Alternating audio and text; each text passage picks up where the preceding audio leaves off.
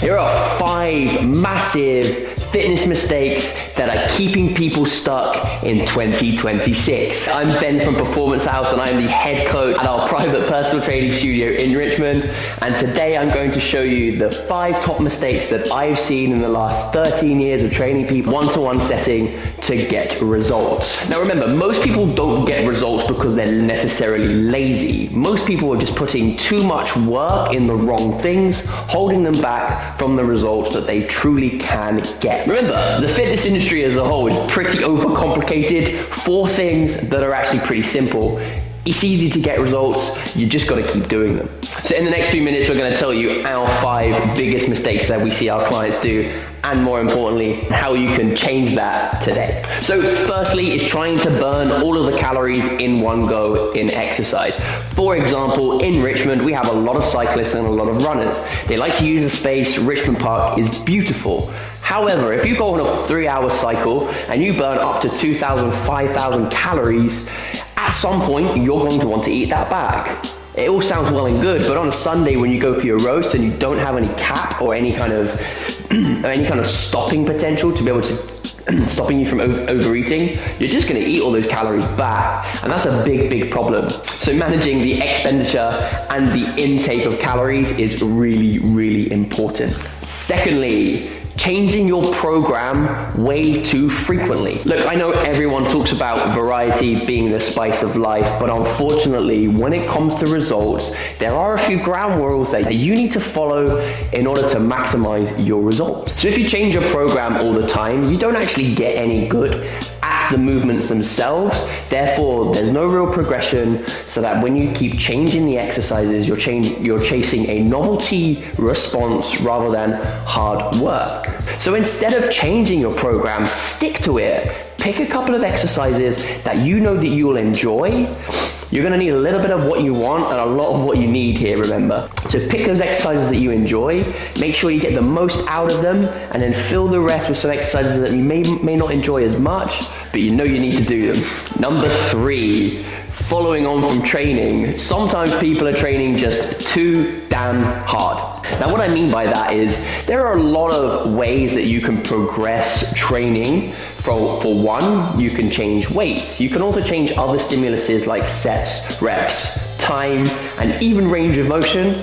Although I want to preface, you probably want to standardize that as much as you can across all movements. So that being said, with lots of parameters that you can change, you want to make sure that you're not pushing too much on a few stimuluses so that you have a lot more to get in a session. So with things like HIIT sessions, try not to push them too hard because resistance training should take priority, in my opinion, and then filling the gaps with the high intensity, depending on your goal, of course. Also, really long runs and stuff like that, you need to recover as much as you can whilst you're getting the most out of your training. So training too hard too frequently will make you burn out, and that will make a delay of 2 to 3 weeks. Instead, structuring your training to have blocks and then dedicated deload periods will ensure that you're able to push yourself a lot harder for a very long time.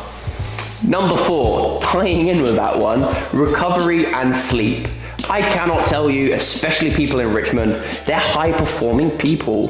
They're not getting a lot of sleep, therefore they're not actually getting as much performance as they think. Body develops in an environment that you give it. So if you don't give it a sufficient amount of rest and sleep, outcomes are going to be a lot lower based on that recovery level. So instead, think of your training like a traffic light system.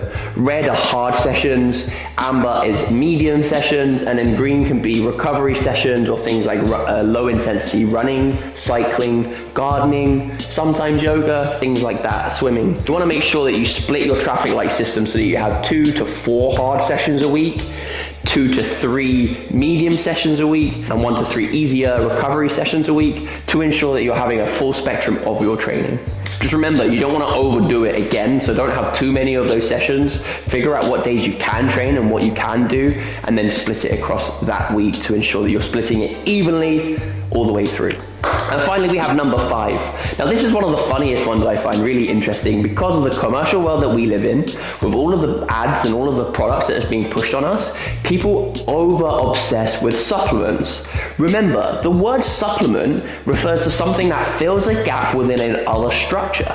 So in this case, your diet and then your other training schedule, all of those things, if they're tightly knit and structured together, you're not going to have as much seeping through for supplements or the requirements for supplements. Now, absolutely, there are essential supplements that I would recommend. Number one, protein, creatine, fish oil, many others. We have a full spectrum of supplement lists that we give our clients, but we do understand that they are supplements after all. If there are big things going wrong, 9 times out of 10 it's not got to do with your supplement protocol, but maybe the bigger rocks within that jar. So instead you want to make sure that you're changing those. So maybe you're doing too much training, maybe you're doing not enough great nutrition, or lastly, not enough recovery, remember. So they are the 5 main issues that I see with people training and recovering not well enough to get the results or the best results they possibly can.